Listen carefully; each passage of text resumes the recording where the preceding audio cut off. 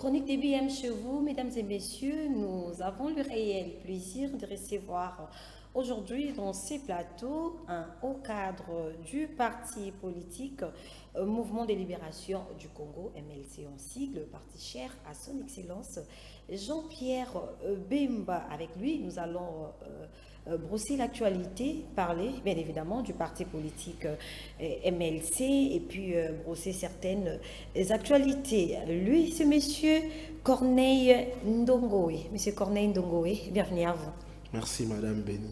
Voilà, vous êtes un habitué des médias, mais Chronique DBM pour aujourd'hui, Chronique DBM vous reçoit pour une première fois dans ces plateaux. Alors, les téléspectateurs voudraient un peu comprendre, mais qui est Monsieur Corneille Ndongoé? Je sais que vous êtes un natif de Barumbu. Exactement Madame. Je suis, comme vous avez dit au préambule, je suis Corneille Ndongoé, acteur politique, membre du parti, le mouvement de libération du Congo. Okay. Je suis aussi coordonnateur communal de Barumbu. Aussi coordonnateur de l'ONG PENDA. Okay. Ouais. Voilà, vous êtes également coordonnateur de l'ONG PENDA. PENDA veut dire quoi? Protection de l'environnement et défense des animaux. Et donc vous êtes aussi un environnementaliste. Exactement. Waouh, merci beaucoup. Alors, quelle est la santé aujourd'hui de votre parti politique MLC? En tout cas, le parti va très bien. Comme vous le savez, les MLC, c'est un parti très bien organisé, structuré. Okay. Et aussi, nous sommes dans une dynamique de redynamisation du parti. Preuve que le président national vient de le président national Jean-Pierre Bemba, son excellent Jean-Pierre Bemba, vient de restructurer le secrétariat national. Okay. En changeant ou en réaménageant les secrétaires nationaux. Et il ne s'est pas limité là. C'est aussi, j'ai fait une mention au président national des Ligues des Jeunes, honorable Mon Plaisir, qui a été nommé par le président national. Et aujourd'hui, il a redynamisé complètement la Ligue des Jeunes. Et nous avons une image de la Ligue des Jeunes comme on n'a jamais eu auparavant. Ok. Alors, vous êtes un candidat malheureux. Alors, qu'est-ce qui explique votre attachement au MLC, à votre parti politique, alors que vous n'aviez pas été élu aux élections? Comme j'ai évoqué, les MLC, c'est un grand parti politique implanté dans tous les territoires, dans tous les territoires au niveau national. Nous avons, ça, en tant que candidat, j'ai battu campagne et ça n'a pas tenu. J'ai compris qu'il y avait pas mal de choses à rectifier. Okay. Et la prochaine élection, nous serons très forts avec mon équipe et nous sommes sûrs que nous allons gagner des sièges et donner des sièges à mon parti. Voilà, donner les sièges au parti. Je voudrais comprendre votre attachement à ces partis MLC, puisque voir un jeune rester très attaché à son parti de nos jours, c'est compliqué. Lorsqu'on est aux élections, on change de parti. On dit, voilà, je vais aller dans tel parti puisque là, il y a plus d'opportunités, là, je serai bien casé. Mais qu'est-ce qui expliquerait votre attachement à votre parti politique au moment où vous n'avez pas été élu? C'est son idéologie. Le parti MLC, c'est un parti libéral. Okay. C'est un parti de droite et un parti vraiment structuré. Si j'ai adhéré au parti, je dois quand même vous rappeler que cela fait près de 15 ans que je suis au parti. Wow. Vous êtes loyal, vous êtes fidèle. Exactement. En tout cas, c'est mon parti. C'est okay. Depuis que je suis étudiant que j'ai adhéré à ces partis, j'ai adhéré à ses valeurs. À son idéologie. Donc mon parti, je suis dans ce parti pour pas n'importe quel intérêt. Bien, j'ai suivi un intérêt quelconque. Non, non. Je suis dans ce parti comme je l'ai évoqué précédemment, pour son idéologie. Donc je reste dans ce parti et je vais militer. Ouais. Peu importe. Okay. Nous étions dans l'opposition. Nous avons subi des répressions au niveau, oui. à l'époque de Kabila. Kabila, oui, oui. Mais on ne s'est pas lassé, on est là et on va continuer. Je suis fidèle à mon parti, qui est à son leader, qui est le VPM, son Excellence Jean-Pierre Bemba. Voilà. Alors, cette histoire de changement des constitutions, c'est suite de réaction au sein de la classe politique congolaise. Alors, beaucoup sont contre ces changements des constitutions. Beaucoup veulent à ce que nous puissions également continuer avec cette constitution que nous avons.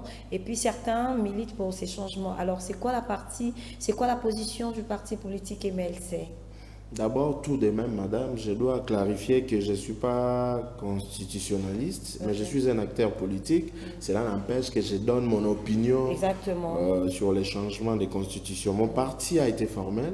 Il y a un communiqué officiel qui a été signé par notre secrétaire général Fidel Babala et que le parti soutient ces projets-là. S'il y aura changement, le parti va soutenir ces changements.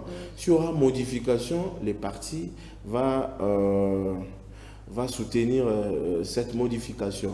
Mais tout de même, il n'y a pas de manière officielle, il n'y a pas encore des projets n'est pas encore concrétisé. Nous observons, mais de toutes les façons, les MLC dans son entièreté et moi, qui représente la Ligue des jeunes au niveau de Barumbu, mais aussi la fédération Lukunga 1, c'est que les partis soutiennent ces projets de changement de la Constitution. Voilà. Alors, comment les partis politiques MLC se préparent? Vous êtes également de la fédération de Lukunga 1, 2. Lukunga 1. Lukunga 1. Ouais. Alors, quels sont les projets que vous avez dans votre parti?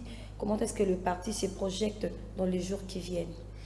Comme tout parti politique, l'objectif est de conquérir les pouvoirs. Exactement. Bien sûr, nous sommes dans une plateforme qui est l'Union sacrée. Nous partageons le pouvoir avec les partis qui composent l'Union sacrée. Notre parti vise à gagner plus de sièges.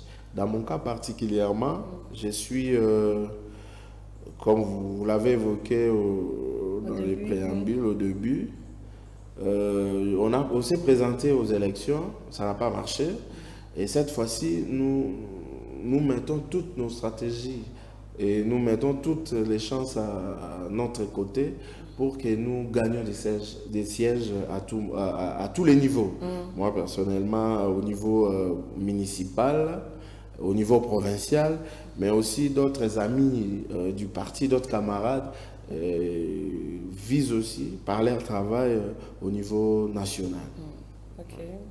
Alors, vous avez dit que vous êtes, bon, pas vous avez dit, je sais que vous êtes natif de Barumbu. Alors, c'est quoi votre projet pour la jeunesse de Barumbu? Nous voulons une autonomie.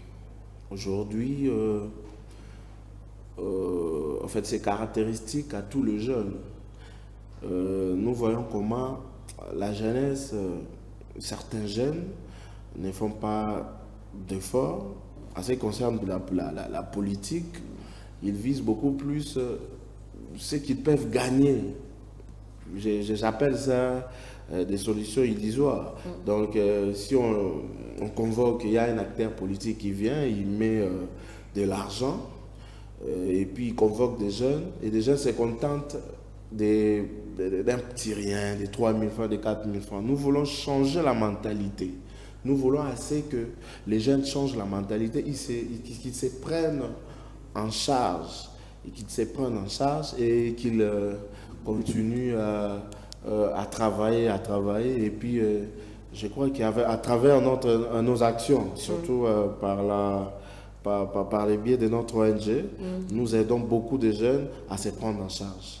Voilà. Alors, parlons de cette information qui également suscite de réactions au sein de la classe politique congolaise. Alors, parlons de cette affaire des expulsions des Américains. Alors, il y a eu déjà un premier lot qui est venu, je crois, le 15 ou le 17 juin avril. Alors, comment avez-vous, vous étant que Congolais, comment avez-vous d'abord reçu cette information? En tout cas, de manière positive. De manière positive, parce que là, ça montre que la RDC a montré à la face du monde qu'elle est un acteur majeur par rapport aux enjeux, aux enjeux complexes. Nous connaissons la crise migratoire, c'est un fait, c'est un phénomène mondial et la RDC a pris cet engagement par rapport à la coopération bilatérale avec d'autres États, particulièrement les États-Unis, a pris cet engagement de montrer à la face du monde qu'elle peut apporter une solution à ces problèmes-là. En tout cas, vous pouvez les remarquer dans les sondages et que la population a bien accueilli cette nouvelle et aussi les ministres, les porte-paroles du gouvernement l'ont très bien expliqué. Il a expliqué comment ça devait s'est passé. En tout cas, de manière brève, je trouve que c'est vraiment bien. Et notre pays a montré cette capacité-là de gérer des problèmes complexes. Voilà. Alors, pensez-vous que cette décision va renforcer les relations que nous avons avec les États-Unis? Déjà, on se souvient, si je ne me trompe pas, au mois de décembre, oui, notre pays a signé des accords avec le Rwanda. Et les États-Unis étaient comme témoins, comme facilitateurs. Nous avons de très bonnes relations avec les pays et le président l'a évoqué l'autre fois dans sa rencontre avec le chef coutumier que les Américains viendront investir dans notre pays. Vous voyez que c'est une coopération gagnant-gagnant. Donc c'est une très bonne chose et cette coopération va beaucoup nous apporter en termes de changement et aussi en termes sécuritaires. En termes sécuritaires. Alors parlons de l'aspect économique, de l'aspect social. C'est vrai, la RDC, comme vous l'avez dit, s'est montrée face au monde que la RDCP a apporté une solution parce que la RDC a accepté bien évidemment d'accueillir les immigrés. Mais parlons sur le plan social et économique. Nous-mêmes ici, comment nous vivons ici au Congo, et alors que lorsque l'on reçoit certains des étrangers dans notre sol, sur le plan économique, cela ne dérangerait pas sur le plan social aussi? Pour la première phase, si je ne me trompe pas des chiffres, les États-Unis devraient investir avec 500 millions de dollars pour l'infrastructure. Quand je parle d'infrastructure, je vois ces problèmes migratoires, parce qu'il faut tout de même rappeler que les migrants ne vont pas habiter ici. Ils seront ici en attente de traitement de leur dossier. Donc ils vont rester un temps où ils vont partir. Sur le plan sécuritaire, nous allons bénéficier vraiment des investissements en termes d'infrastructures. C'est très important. En termes social, vous savez que notre pays a signé même des contrats sécuritaires avec les pays de l'oncle Sam. Donc, je crois que cet accord ou cette coopération bilatérale avec les Américains est beaucoup plus bénéfique sur le plan économique, mais aussi sur le plan social pour notre pays. Voilà. Mais certaines langues s'élèvent pour dire que nous vivons d'abord nous-mêmes ici. On a beaucoup de difficultés, avec beaucoup de problèmes. Voyons les infrastructures, voilà l'insécurité qui gangrène dans ces pays. Alors prenez encore un lot des immigrés, venir s'installer. C'est vrai, ils ne sont pas là éternellement, mais venir s'installer ici en démocratique du Congo, cela ne dérangerait pas notre population? En tout cas, pour les gouvernements, c'est le gouvernement tient compte des avis, parce que nous sommes dans un pays démocratique. Dans la démocratie, on devait tenir aussi compte des opinions des uns et des autres. Les pays s'engagent à cela. Si vous remarquez, le président de la République s'est impliqué là-dessus. Il a mis beaucoup de moyens pour que la sécurité soit assurée au niveau du pays, particulièrement à Kinshasa. Bien sûr, nous avons des cas de banditisme, mais aussi l'armée, plutôt la police, avec une mission conjointe avec l'armée, essaye, en tout cas, se donne vraiment du mal à stabiliser et puis à rendre la paix au niveau de la République démocratique du Congo. Toutefois, je n'ai pas toutes les informations en ce qui concerne les migrants, mais à ce que je sache, ils seront, avec les moyens, avec les budgets proposés, avec les budgets alloués, je crois que cet argent va faire en sorte que tout le monde soit assuré et puis que les mesures soient prises. Voilà. Merci beaucoup, Monsieur Corneille Ndongowe. Nous allons suivre avec vous, fidèles téléspectateurs, cette petite vidéo de Monsieur Corneille Ndongowe. Et puis, on va revenir tout juste après pour pouvoir continuer cette discussion.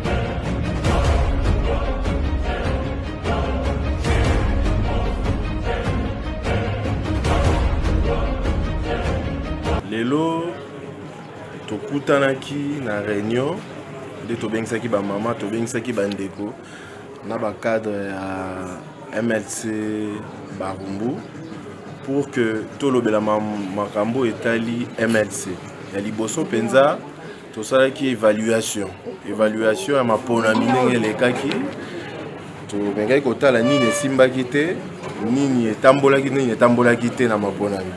Mama to chaque elenge alobi oyo amonaki akokaki koloba.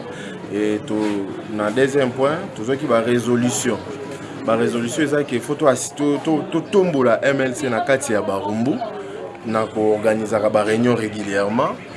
Eza lisusu tout ça la ba activité ya lolenge na ndenge ya lolenge na lolenge pour que MLC ekoka kotelema na kati ya Barumbu. Tolobelaki pe makambo etali ba fausse information ezotambola mpona président national. Bato ba détracteur na ye, bato banguna na ye, banguna ya mboka ba telemaki po ba panza fausse information. Tolandaki biso nyonso ba avocat ya Roger Lumbala ndenge ba demantaki eloko wana na yango biso pe tolobele yango awa et tozwi pe résolution ko loba na bato nyonso ke ma information ezalaki information ya mabe. Mokonzi na biso Jean-Pierre Bemba oyo azali ministre ya transport, vice-premier ministre ya transport na voie de communication, aza patriote, et aza concentré na ba devoir na ye oyo etali makambo ya mboka. En tout cas, toyaki ko répondre na invitation. Voilà, nous sommes de retour sur ces plateaux, mesdames et messieurs. Alors, Monsieur Corneille Ndongowe, ensemble avec vous, nous avions suivi votre interview, votre intervention. Il s'agissait de quoi? C'était dans quelles circonstances? C'était quelle activité? C'était une activité politique, la rentrée politique du comité ou de la coordination de la Ligue de jeunes à Barumbu, où tous les représentants des quartiers, parce que Barumbu est composé de 9 quartiers, j'étais invité, mais aussi les représentants des mamans qui étaient aussi invités.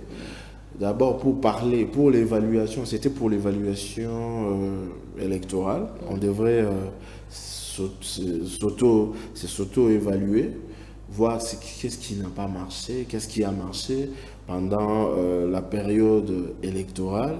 Et le deuxième point, c'était fixer des objectifs clairs pour cette année, des activités, établir un calendrier d'activités pour cette année. Et puis c'est projeté pour des échéances à venir. Ok. Alors, vous avez dit que vous êtes aussi responsable d'une ONG. ONG, oui. ONG PENDA. PENDA. Oui. Alors, ONG PENDA est mise en place depuis quelle année? C'est depuis l'année passée que nous avons obtenu l'avis favorable du ministère de l'Environnement. Je crois que ça nous reste quelques détails, mais nous œuvrons déjà, puisque nous avons cette autorisation, nous œuvrons. Et notre ONG veille, bien, milite beaucoup plus sur la protection de l'environnement. La protection de l'environnement. Kinshasa est sale, qu'on se le dise, M. Corneille. Exactement. Vous verrez, si il y a des images qui passent, des images qui passent, vous verrez que c'est... nous avons entrepris quelques initiatives de curage des caniveaux et de sensibilisation des membres, des gens pour qu'ils tiennent compte de ça, de ne pas jeter n'importe quoi dans les caniveaux, et que les caniveaux, c'est pour la canalisation des eaux. Alors, mais là, c'est au niveau de Barumbu seulement. Au niveau de Barumbu, mais l'ONG PENDA, a vocation d'œuvrer sur toute l'étendue du territoire. Ouais, toute l'étendue du territoire de la République démocratique du Congo. Mais nous avons d'abord commencé, comme on dit, un voyage de 1000 km commence par un pas. Nous avons commencé à Barumbu, mais nous allons étendre nos activités dans tous les territoires de la République démocratique du Congo. Alors vous, l'ONG, puisque vous militez contre tout ce qui est pollution. Pollution et tout. Alors Kinshasa est sale, qu'on se le dise. Qu'avez-vous, vous étant que ONG, déjà apporté, excepté à la commune de Barumbu, parce que vous êtes un natif de Barumbu. Ce n'est que normal, vous commencez par là, par nettoyer votre commune, arranger et tout. Alors qu'est-ce que vous apportez? Nous voudrions en fait sentir votre apport en ville-province de Kinshasa. Si vous voulez parler des réalisations sur terrain, nous avons, avec la collaboration, parce que nous avons réuni des collecteurs, des gens qui collectent des déchets. Nous avons contribué par rapport à notre savoir en ce qui concerne les tri. Nous entamons avec l'université Loyola du Congo qui se trouve à Kimwanza des discussions de comment faire le recyclage de ces bouteilles. Nous sommes en pleine discussion pour fabriquer les pavots, les pavots, les carreaux, tout ça. Des bouteilles en plastique. Des bouteilles en plastique. Nous sommes en pleine discussion. Je crois que dans peu de temps, nous allons conclure et puis nous allons faire des réalisations. Donc notre objectif, c'est récolter, d'abord faire les tri, c'est ce que nous faisons régulièrement, vulgariser, parler aux gens de faire des tri. On le fait aussi dans des différentes écoles. Comme dernièrement, on était dans une école Saint-Charles-Loanga où nous avons conscientisé les élèves à faire des tri. Et aussi, après ça, nous avons commencé à récolter ces plastiques particulièrement pour transformer, pour recycler ces plastiques. Donc, c'est en pleine discussion, en étude. Je crois que peu de temps, nous allons concrétiser. Et qui est derrière vous? Vous gagnez quoi dans ce que vous faites? Pas grand-chose. L'objectif principal, c'est d'abord lutter contre la pollution. Nous voyons comment les plastiques polluent nos fleuves, nos eaux. Il y a une menace contre la biodiversité. Ça, c'est déjà un danger. Mais aussi, nous gagnons quelque chose pour financer nos activités. Avec ces projets, avec cette étude, ça nous permettra, après réalisation, bien pendant la réalisation, de financer nos différents projets. Voilà. Qui est derrière vous? Le ministère de l'Environnement? Le ministère de l'Environnement nous aide comme comme il peut, mais aussi il y a des gens de bonne foi, des gens qui aiment l'environnement, qui veulent le changement, et ils sont des anonymes qui nous aident avec les petits moyens, avec pas mal de possibilités pour que nous atteignions notre objectif. Voilà, qui sont membres de cette ONG? Il y a beaucoup de membres, gens de Barombo et d'autres communes, mais n'importe qui peut adhérer dans notre ONG. Il suffit de passer au siège national qui se trouve sur Itaga, Kigoma, 445. Il pourrait se présenter et puis il va faire son adhésion et il aura sa carte de membre. Après-demain, ça sera un parti politique? Non, nous, bien sûr que la politique doit intervenir dans tous les secteurs. Ça, c'est une évidence. Oui. Ça, nous sommes conscients. Mais tout de même, nous dissocions la politique à notre activité de ONG. Donc, si nous voulons parler de la politique, on parle de la politique. Et si nous voulons parler purement de l'ONG, puisque c'est un domaine très technique, nous parlons de notre ONG. C'est comme ça que nous procédons. Voilà. Qu'est-ce qui vous a motivé à créer cette ONG qui également s'occupe que de l'environnement? D'ailleurs, je suis ingénieur en environnement. Okay. Je finis à l'ISTA. Okay. Bon, avant tout, je suis amoureux de l'environnement. Je suis défenseur de l'environnement depuis que je suis petit. Okay. Après mes études, j'ai vu qu'il y avait un grand travail qui devait se faire. Vous venez d'évoquer ici les niveaux de pollution au niveau de Kinshasa. C'est très alarmant. On ne pouvait pas croiser les bras. Si on a un environnement malsain, ça peut occasionner beaucoup de maladies, notamment la malaria, tout ce qui s'ensuit.